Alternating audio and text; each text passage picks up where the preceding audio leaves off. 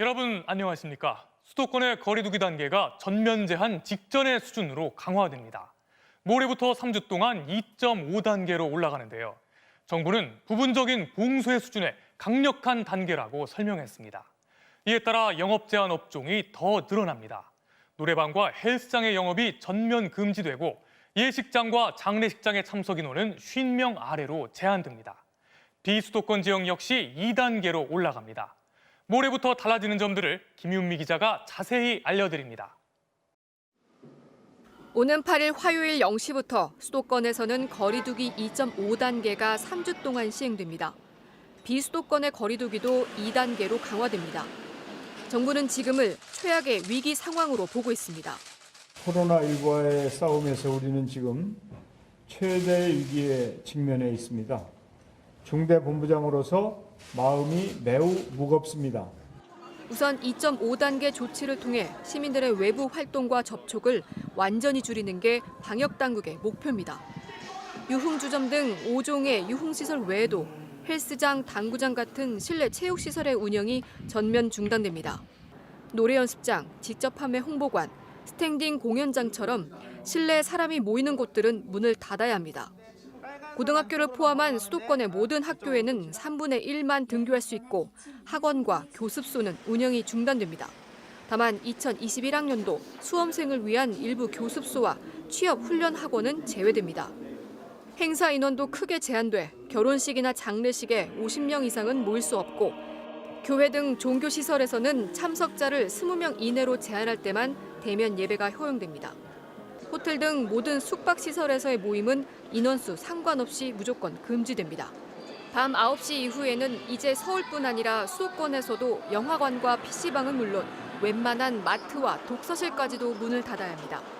방역당국은 사람과의 접촉이 일어난다면 어떤 장소도 지금은 안전하지 않다고 강조했습니다. 저녁 9시로 제한하는 것은 그 이전에는 음식점을 자유롭게 이용하시라는 의미가 아닙니다. 집에서 식사를 하기 어려운 분들을 위해 식사를 허용하는 것이며 정부는 다중이용시설이 방역수칙을 단 한 번이라도 어기면 영업중지에 해당하는 집합금지 처분을 내릴 방침입니다. MBC 뉴스 김유미입니다. 서울은 이미 어젯밤부터 2.5단계에 가까운 긴급조치가 시행됐죠. 밤 9시부터 불을 끄고 문을 닫은 곳이 많았는데요. 이를 모르고 마트를 찾았다가 발길을 돌린 시민들도 있었습니다. 오늘 낮에도 도심이 부쩍 한산했다고 하는데요. 신수아 기자가 도심 곳곳을 둘러봤습니다. 서울시 긴급 방역조치 시행 첫날인 어젯밤. 밤 9시가 가까워지자 대형마트 계산대에 줄이 길게 늘어섭니다.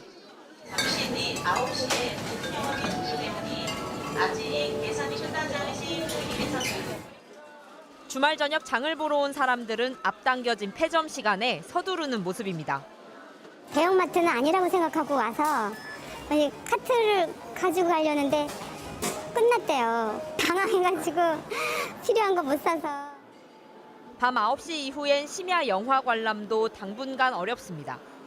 영화 보면서 이렇게 취식할 때는 또 불필요하게 또 마스크를 벗을 수도 있고 이렇기 때문에 강화된 방역 조치가 필요하다고 생각을 하고 있어서 야간 시간 대중교통 운행량도 실제 30% 줄어들어 사실상의 통금이 시작됐습니다. 배차 간격이 넓어지게 되다 보니까 집 들어가는 시간 소요도 더 크게 생기고 그로 인해서 좀 몸도 더 지치는 느낌. 오늘 광화문, 명동 같은 서울의 도심은 한산해졌습니다.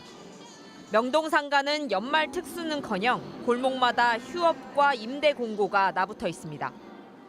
저희는 3월부터 이미 타격을 받았기 때문에 차이는 별로 안 나요. 매장들 다 문 닫고 다 실업자들도 하니까. 카페에 머무르기 어려워지고 날이 추워지자 일부 시민들은 실내 대형 서점으로 몰리기도 했습니다. 너무 많은 것 같아요. 사람들이 갈 데가 없어서 젊은이들이 이제 무슨 카페에 그런 데 이제 못하니까. 수도권 지역에만 적용되는 규제가 또 다른 풍선 효과를 가져오지 않겠냐는 우려도 나왔습니다. 최대한 서울 쪽은 많이 피하려고 하고요. 천안이나 청주나 이런 최대한 가까운 근교랑 아주 가까운 곳으로 지역적으로 모두 또 통일되게 좀 했으면. 서울시는 2주 안으로 하루 평균 확진자를 100명 미만으로 낮추는 게 이번 조치의 목표라고 밝혔습니다. MBC 뉴스 신수아입니다. 새 확진자 수는 하루 만에 다시 600명대로 올라갔습니다. 어제가 검사 건수가 줄어든 주말이었다는 점을 감안하면 실제 증가폭은 훨씬 더 크다고 볼 수 있습니다. 검사에서 확진되는 사람도 100명 중 2명에서 이제 4명으로 하루 만에 2배가량 늘었습니다. 중증 환자를 치료할 병상도 얼마 남지 않아서 의료체계 마비까지 우려되고 있습니다. 김하영 기자가 보도합니다. 서울 동작구의 한 사우나. 지난 3일 직원 1명이 확진된 뒤 방문객 등 21명이 추가 확진됐습니다. 서울 종로구 음식점에서도 21명, 성북구 뮤지컬 연습장에서도 9명 등 곳곳에서 확진자는 쏟아지고 있습니다. 거리 두기로 지난 2주간 이동량은 20% 이상 줄었는데도 일상 속 집단 감염 사례는 더욱 늘고 있습니다. 주말이 되면서 검사 수는 8,000건 이상 줄었지만 오늘 확진자 수는 631명으로 오히려 코로나19 확산 이후 세 번째 높은 수치를 기록했습니다. 검사자 가운데 양성이 나오는 비율인 양성률도 하루 전 2.53%에서 4.39%로 껑충 뛰었습니다. 100명을 검사하면 4.4명이 확진된다는 뜻입니다. 확진자 가운데 70% 이상은 수도권에서 나와 수도권발 감염이 전국으로 확산되는 모습을 보이고 있습니다. 위중증 환자까지 늘면서 전국적으로 당장 입원할 수 있는 중환자 병상은 55개만 남았습니다. 방역당국은 이대로라면 일주일 뒤 병상이 부족해 의료 체계가 마비될 수도 있다고 말했습니다. 지금 더는 물러설 곳이 없습니다. 이번 위기는 지금까지 위기와는 다릅니다. 자칫하면 지난 유행들과 비교할 수 없는 훨씬 큰 규모의 확산이 초래될 수 있습니다. 2.5단계가 무너지면 전면 봉쇄인 마지막 3단계로 가야 하는데 이 경우에는 유럽이나 미국과 같은 대유행의 참사가 예상된다는 겁니다. 수도권 2.5단계는 강력한 사회활동의 엄중 제한 조치로서 3단계 전면 제한 조치 직전의 최후의 보루입니다. 방역당국은 지금은 언제 어디서든 감염될 수 있는 상황이라며 사회활동 자체를 자제하고 특히 식사를 해야 하는 모임은 취소해야 한다고 강조했습니다. MBC 뉴스 김하영입니다. 오늘 여러 곳에서 큰 불이 나서 놀란 분들이 많습니다. 오전에 경기도 김포의 한 공장에서 4시간 동안 불이 이어졌는데요. 강원도 춘천의 레고랜드 공사 현장에서도 불이 나 연기가 주변 마을을 덮쳤습니다. 김수근 기자가 보도합니다. 3층짜리 대형 공장에서 검은 연기와 불꽃이 세차게 피어오릅니다. 열기를 이기지 못한 공장 외부 패널은 힘없이 도로로 떨어집니다. 소방차에서 쉴 새 없이 물을 뿌려도 불길은 쉽게 잡히지 않습니다. 오늘 오전 10시 20분쯤 경기도 김포시 양촌읍의 한 골판지 제조 공장에서 불이 났습니다. 불을 끄려던 공장 직원 48살 유모 씨가 얼굴에 1도 화상을 입어 병원으로 옮겨졌고 직원 20여 명이 대피했습니다. 불길은 4시간 동안 14,000제곱미터 크기의 공장 대부분을 태우고 나서야 잡혔습니다. 반대편 차선이었거든요, 제가. 제 바로 앞에 모닥불 펴놓은 것처럼 그 열기가 차 속으로 아예 뚫고 들어오더라고요. 창문을 열지도 않았는데. 소방당국은 공장 1층에 있던 기계 설비에서 불이 시작된 것으로 보고 정확한 화재 원인을 조사하고 있습니다. 이보다 앞선 오전 8시 30분쯤에는 강원도 춘천의 레고랜드 테마파크 공사 현장에서 불이 나 1시간 반 만에 꺼졌습니다. 현장에 있던 인부들이 대피해 인명피해는 없었습니다. 경찰과 소방당국은 당시 바닥에 페인트를 칠하는 작업 중이었다는 현장 관계자들의 말을 토대로 정확한 화재 원인을 조사하고 있습니다. 오늘 오후 2시 반쯤에는 서울 한남대교 교각 근처에 있던 바지선에서 불이 났습니다. 한 제트스키 운전자는 불이 난 바지선 옆에서 강물을 올려 뿌리고 다리 위에 선 소방대원이 진화 작업을 벌였습니다. 소방당국은 바지선에 있던 컨테이너에서 불이 시작된 것으로 보고 있습니다. 전남 고흥에서는 새벽 시간 혼자 낚시를 하던 40대 남성이 바다에 빠졌다가 구조됐습니다. 해경은 혼자 밤낚시를 할 때는 각별히 주의해달라고 당부했습니다. MBC 뉴스 김수근입니다. 다음은 우주에서 온 소식입니다. 우주 멀리 있는 소행성의 땅속에 있던 흙이 지구로 왔습니다. 일본의 우주 탐사선이 채취해서 보낸 건데요. 지구와 달 사이 거리에 13,000배가 넘는 엄청난 거리를 비행해서 왔습니다. 이 흙이 지구와 태양계 탄생의 비밀을 풀어줄 수 있다는 기대를 모으고 있습니다. 도쿄에서 고현승 특파원이 보도합니다. 새벽 2시 반, 칠흑 같은 밤하늘에 혜성처럼 길게 꼬리를 늘어뜨린 빛의 덩어리가 나타났습니다. 일본의 소행성 탐사선 하야부사2에서 분리된 지름 40cm 크기의 캡슐로 초속 12km 속도로 대기권에 진입한 뒤 호주 남부 사막에 낙하했습니다. 숨죽이며 지켜보던 도쿄 인근의 관제센터에선 박수와 환호성이 터져나옵니다.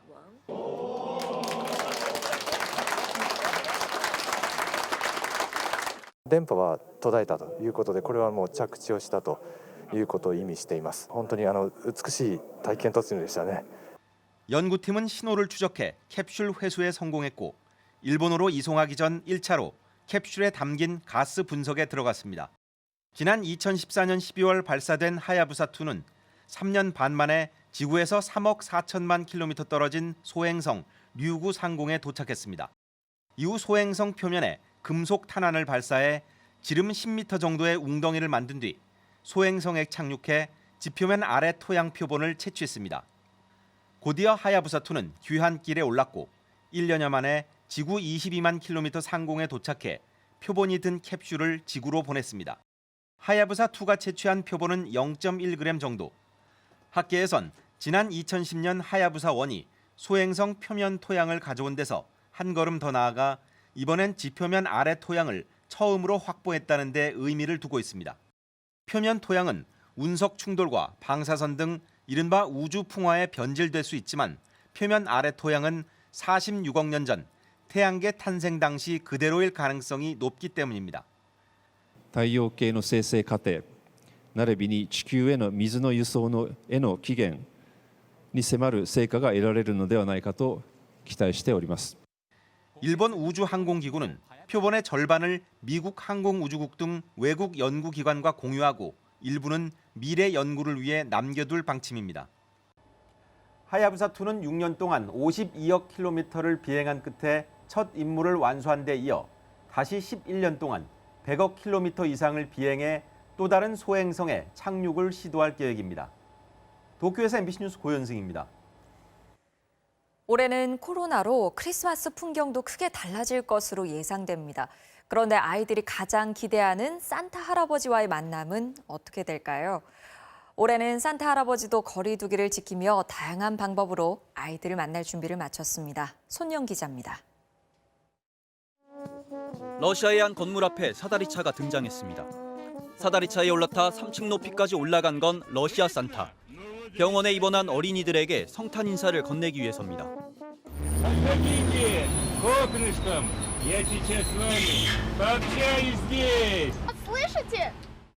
코로나19 때문에 어린이 환자를 직접 만날 수 없다 보니 사다리차를 동원한 겁니다. Традиционно проводится в зале. У нас огромный зал, собираются дети, концерты, подарки. Вот это сегодня настоящий праздник. Я думаю, сегодня дети получили массу эмоций. И дети, и медицинский персонал. 독일의 한 산타 서비스 업체 출정식. 보통 수백 명의 산타가 모이는 행사지만 올해는 코로나 때문에 소규모로 열렸습니다. 산타들의 얼굴도 예년과 좀 다릅니다.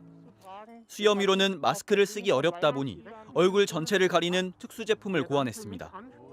Und auch Mund-Nasenschutz zu tragen. Wir verzichten auf das Singen von Weihnachtsliedern wegen der Aerosolbelastung. Und wir halten die Abstände jederzeit ein zu den Familien und auch zu den Kindern, auch bei den Fotos. 케이블카에 매달리거나 동물원에 나타나고 수족관이나 스노우볼에 들어가는 등 거리 두기를 위한 산타들의 기발한 발상이 세계 각지에서 등장하고 있습니다.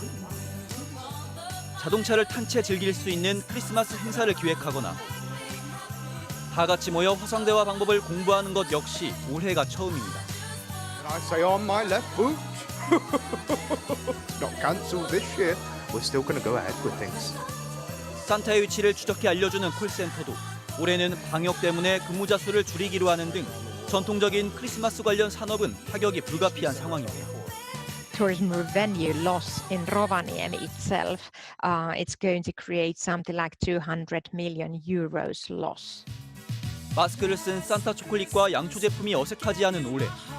선물 보따리를 들고 아이들을 찾아오는 산타는 만나기 어려울 전망입니다. MBC 뉴스 손명입니다. 집에는 돈을 잔뜩 쌓아놓고 세금은 안 내는 고액 체납자 얘기 많이 들어보셨죠? 국세청이 고액 체납자 6,900명의 이름을 공개했는데요. 이번엔 좀 유명한 이름이 많이 등장합니다. 전 야구선수 임창용 씨, 다단계 사기로 유명한 주수도 씨도 포함됐습니다. 또 누가 있는지 김민찬 기자의 보도 보시죠. 국세청 직원이 아파트 초인종을 눌러보지만 응답이 없습니다. 안에 계시면 문 빨리 열어주세요. 강제로 문을 열고 들어가자 그제야 나타나는 체납자. 들어오지 마시라고요.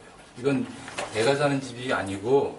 신랑이 그때 집안 수색을 시작하자 옷장 한 구석의 핸드백 안에서 현금 다발이 발견됩니다. 확인된 돈만 5만 원권 2천여 장, 1억 원이 넘습니다. 이 체납자는 수억 원의 세금을 내지 않으려고 돈이 없어 시골에 산다고 거짓말을 한 뒤 아내 앞으로 증여한 서울 고가 아파트에 살다가 덜미가 잡혔습니다. 세무당국이 이처럼 고액 체납자들의 거주지 수색 등을 통해 확보한 세금은 올해에만 2조 원 정도. 하지만 여전히 1년 넘게 2억 원 이상을 안 내고 버티고 있는 이른바 고액 체납자는 7천 명에 가깝습니다. 이들이 내지 않는 세금은 4조 8천억 원. 액수는 작년보다 줄었지만 체납자 수는 127명 늘었습니다. 전직 야구 선수인 임창용 씨는 소득세 등 3억 원을 안 내 공개 명단에 포함됐고 2조 원대 다단계 사기 혐의로 복역 중인 주수도 씨와 삼박왕으로 불린 권혁 씨도 이름을 올렸습니다. 불법 도박 사이트 등을 운영한 홍영철 씨는 지난해에 이어 올해도 1,600억 원을 안 내 체납액이 가장 많은 개인으로 꼽혔습니다. 이와 함께 국세청은 가짜 기부금 영수증을 상습적으로 발급한 사찰 등 79곳의 이름도 공개했습니다. 국세청은 고액 체납자 명단 공개가 체납 세금을 줄이는 데 효과가 있다며 공개 대상자 기준을 지금의 체납액 2억 원에서 1억 원으로 낮추는 방안도 검토 중입니다. MBC 뉴스 김민찬입니다. 중국에서는 대중교통에서 소란을 일으키는 사람들이 문제가 되고 있습니다. 버스에서 큰 소리로 노래를 부르거나 춤을 추는 사람, 기차 안에서 즉석 샤브샤브를 차려놓고 먹는 사람도 있는데요. 중국 정부가 적극적으로 규제하기로 했습니다. 지하철에서 전자기기 소리를 내면 단속하고 고속철도엔 조용한 열차칸을 도입하기로 했습니다. 베이징에서 김희용 특파원입니다. 상하이시 지하철 안내 방송입니다. 2명이 짝을 이룬 단속원들이 지하철에 탑승합니다. 스마트폰 게임을 하고 있는 남성을 발견하고 다가가서 주의를 줍니다.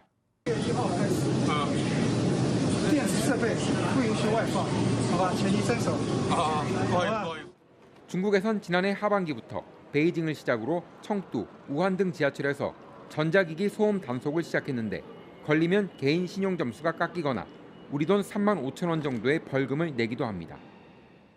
대중교통시설에서 다른 사람들에게 불편을 끼치는 행위, 중국식 표현으로 이런 비문명 행위에 대한 규제는 고속철로도 확대됩니다. 이달 하순부터는 베이징과 상하이를 잇는 고속철에도 이른바 조용한 열차칸이 신설됩니다. 열차 흡연이나 기내 소란 등으로 골머리를 앓아온 중국에선 이미 6개월에서 1년간 탑승 금지라는 특단의 조치까지 나왔습니다. 그러나 상식 밖 행동은 여전히 나오고 있습니다. 한밤중 기차에서 음악에 맞춰 팔을 흔들어대며 춤을 추는 중년 여성.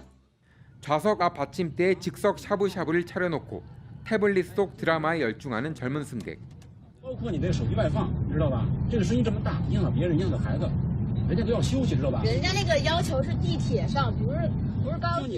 소란이 커지자 급기야 열차 승무원까지 출동했습니다. 고속철도의 조용한 열차칸 도입은 4년 전 논의가 시작된 뒤 이번에 처음 실시됩니다. 호주에서는 이미 8년 전 조용한 열차칸이 도입됐습니다. 호주 철도 당국은 생쥐처럼 조용조용히라는 표현을 이용한 홍보 영상도 만들었는데 조용한 열차칸으로 인한 문제점은 아직 크게 알려진 건 없습니다. 베이징에서 MBC 뉴스 김희웅입니다. 동해안은 본격적인 미역 수확철을 맞았습니다. 올해 미역이 아주 풍년인데 주문량은 작년과 비교하면 5분의 1 수준입니다. 코로나 영향으로 식당에 손님이 줄자 미역 소비량도 줄어든 것입니다. 미역은 각종 영양소가 풍부해 면역 활성에도 좋은데요. 미역으로 밥상을 차려보는 건 어떨까요? 김문희 기자가 취재했습니다. 울산 울주군 서생 앞바다. 진화항에서 2.5km 떨어진 양식장에 도착하니 미역이 넘실거리며 모습을 드러냅니다. 지난 9월 말 밧줄에 감아둔 종묘에서 자란 미역들인데 줄 하나당 450kg의 미역을 생산합니다. 어민들이 밧줄을 당기며 본격적인 미역 채취에 나섭니다. 갓 수확한 미역입니다. 미역은 잎과 줄기가 두꺼워지지 않는 1월까지 최고의 맛을 자랑합니다. 일조량이 많아 검고 윤기 나는 서생미역은 울산뿐 아니라 부산, 포항, 대구 등 전국 각지의 식탁 위로 향합니다. 길이가 짧고 여기 잎이 넓지 않습니까? 넓고 미역이 쫙 일직선이지 않습니까? 여기 서생미역의 특징이 이 관절 곳에 조류가 쉽니다. 다른 지역보다 미역이 쫄깃쫄깃하고 맛있는 이유가 하지만 올해는 미역 주문량이 작년의 5분의 1 수준으로 줄었습니다.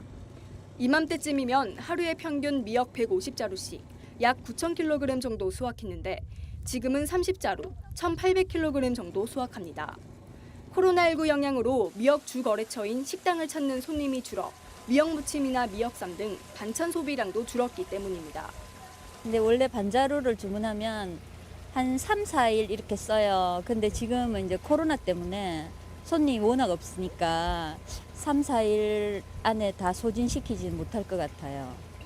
그래서 하여튼 없어질 때까지 계속 써야 될 것 같은. 비타민과 무기질 등 영양분도 풍부해 코로나 시대 면역 활성에도 좋은 미역. 제철 미역을 찾을 소비자들을 생각하며 어민들은 오늘도 바다로 나갑니다. MBC 뉴스 김문희입니다. 오늘 뉴스데스크가 끝나고 곧바로 이어지는 탐사기획 스트레이트에서는 이명박 정부가 시작한 17조 원 규모의 대형 국책 사업인 석탄 화력발전소 문제를 추적합니다. 핵발전소 7개 규모의 초대형 석탄 화력발전소를 건설하고 있지만 국제적인 온실가스 규제 때문에 제대로 가동도 못하고 돈은 돈대로 나가게 된 현실을 고발합니다. 프로농구 오리온의 이종현 선수가 프로 데뷔 5시즌 만에 첫 3점 슛을 성공했는데요. 트레이드 이후 팀도 4전 전승을 달리며 신바람을 냈습니다. 일요일 밤 스포츠 뉴스였습니다.